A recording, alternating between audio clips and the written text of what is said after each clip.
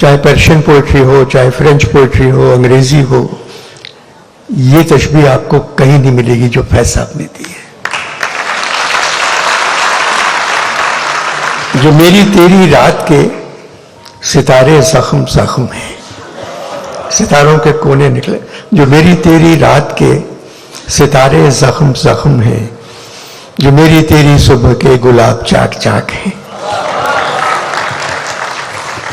ये जख्म सारे बेदवा, ये चाक सारे बेरुफू, किसी पे राख चांद की, किसी पे ओस का लहू।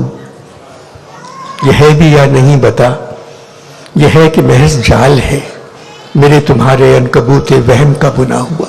अनकबूत मकड़ी के जाले को कहते हैं। मेरे तुम्हारे अनकबूत वहम का बुना हुआ। जो है तो इसका क्या करें, नहीं है तो भी क्या करें, बता बता बता।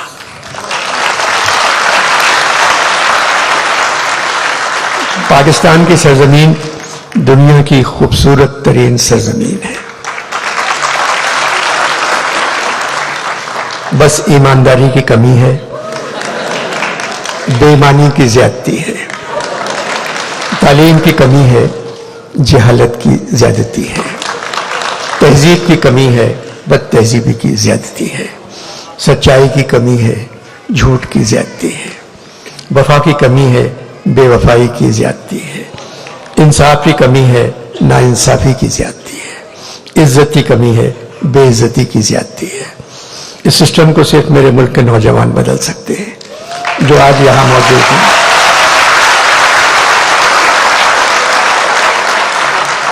अमजद इस्लाम अमजद भी नौजवानों से यही कहते हुए चले गए, पाकिस्तान के नौजवान बज़्म जहां की रौनक हैं। नजीर ने कहा था, रहे वो लोग जो बज़्म जहां की रौनक हैं, हमारा क्या है अगर हम रहे रहे न रहे।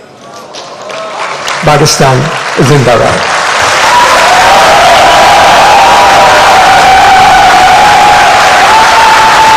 अहमद शाह साहब फूल पेश करेंगे अनवर मकसूद साहब को। बहुत बहुत शुक्रिया जनाब अनवर मकसूद, शुक्रिया लाहौर। मेरी उम्र इतनी है, मैं 83 बरस का हूं। शाह साहब को गुलाब मेरे ऊपर डालना चाहिए था। आखिर में इजहार तशक्कुर के लिए 99 साल में भी इतनी रोमांटिकली ये गुलाब होने चाहिए।